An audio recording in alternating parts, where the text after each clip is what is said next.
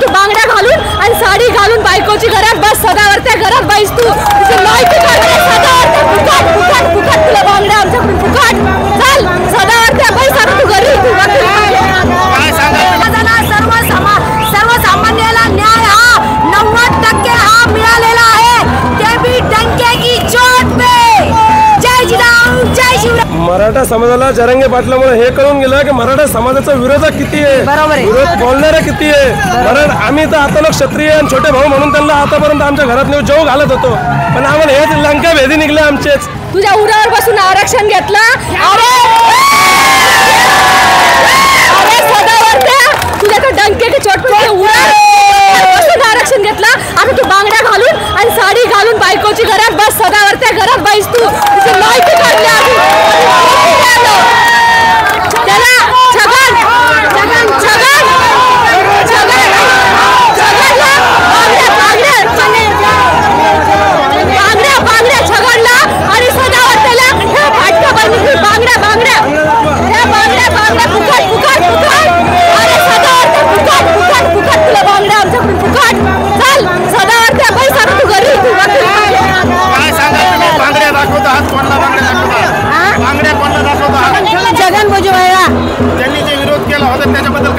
त्यांनी आता घरी गपचूप बसावं, घरी जावं. आज मराठ्यांना काही कोणाला पदक पडलेला आहे, तर आज महाराष्ट्रामध्ये जल्लोषाचं वातावरण आहे.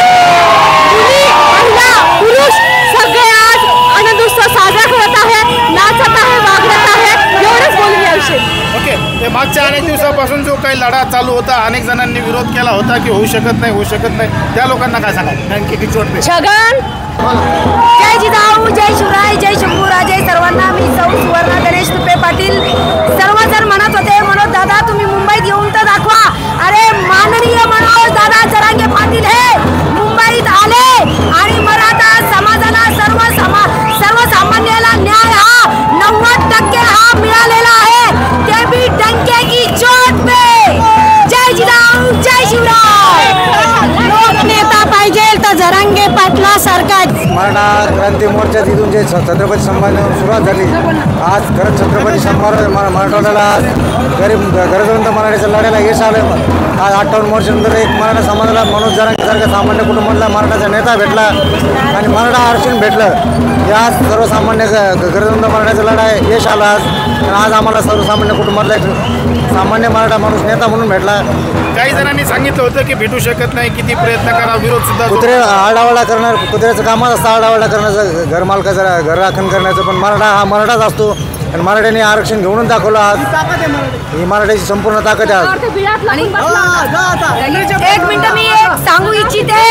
चांगल्या कामाला विरोधक आणि चांगल्या रस्त्याला गतिरोधक हे असतातच आणि असलेच पाहिजे. विरोधकाशिवाय मजाच नाही. मनोज जरांगे पाटलांचा विजय असो. जरांगे पाटलाने जे मराठा समाजाला न्याय मिळवून दिला, आज त्यांचा मराठा समाज म्हणजे आमच्यासाठी शिवाजी महाराजांच्या जागेवर आज आमच्या जरांगे दादा आहे. याच्यासाठी आपले लाडके मुख्यमंत्री यांनी सुद्धा मराठा समाजाला न्याय दिला, त्यांचे सुद्धा आम्ही खूप खूप आभार मानतो. मुख्यमंत्री जरांगे पाटलाचे जे विरोधक होते ते आजपर्यंत ज्यांनी करून नाही दाखवलं ते जरांगे पाटील साहेबांनी करून दाखवले. शिका जरा त्यांचा शिका थोडं. जय जरांगे पाटील. बोला. मराठा समाजाला जरांगे पाटलामुळे हे कळून गेलं की मराठा समाजाचा विरोधक किती आहे, विरोध बोलणारे किती आहे. आम्ही तर आता लोक क्षत्रिय आणि छोटे भाऊ म्हणून त्यांना आतापर्यंत आमच्या घरात नेऊन जेव घालत होतो, पण आम्हाला हेच लंका भेदी निघले आमचेच. आम्ही त्यांना छोटा भाऊ मानलं, तेच आमच्या पाठीत खंजीर खुपसण्याला निघले. कोण आरक्षणाला विरोध करतं हे आता सगळ्यांना कळलं आहे. मराठा समाजाचा प्रत्येक विद्यार्थी माणूस वयस्कर झालेला ग्रामीण भागातला सिटीतला लहान मुलगा याला सुद्धा कळलं की मराठा समाजाला विरोध करणारा कोण आहे, कुठला समाज आहे आणि कुठला नेता आहे. आमचा नेता एकच मराठा समाजाचा एक नेता. कोर्टात जाण्याला एकच विनंती आहे, कोर्टात जा बाबा. पण एवढं कळलंय आम्हाला की आमचा पक्का वैरी आहे तू. आम्ही तुला डोक्यावर घेऊन नाचाच तयारी ठेवली होती, पण तूच आमच्या समाजासोबत इतका घातक निघाला की हे आम्हाला आज कळलंय. आमच्यातल्या प्रत्येक खेड्यातल्या लहान मुलाला कळलंय की तू का त्रास देतोय म्हणून आम्हाला. अरे आमच्या घरात काय नाही काय बहिणी, आमचं नाही का आरक्षण, आम्ही नाही का महाराष्ट्रातले, आम्ही नाही का मराठे, त्या महाराजांनी एवढं केलं आमच्यासाठी, तुझ्यासाठी केलं म्हणतोय, तू काय दिलंय आम्हाला?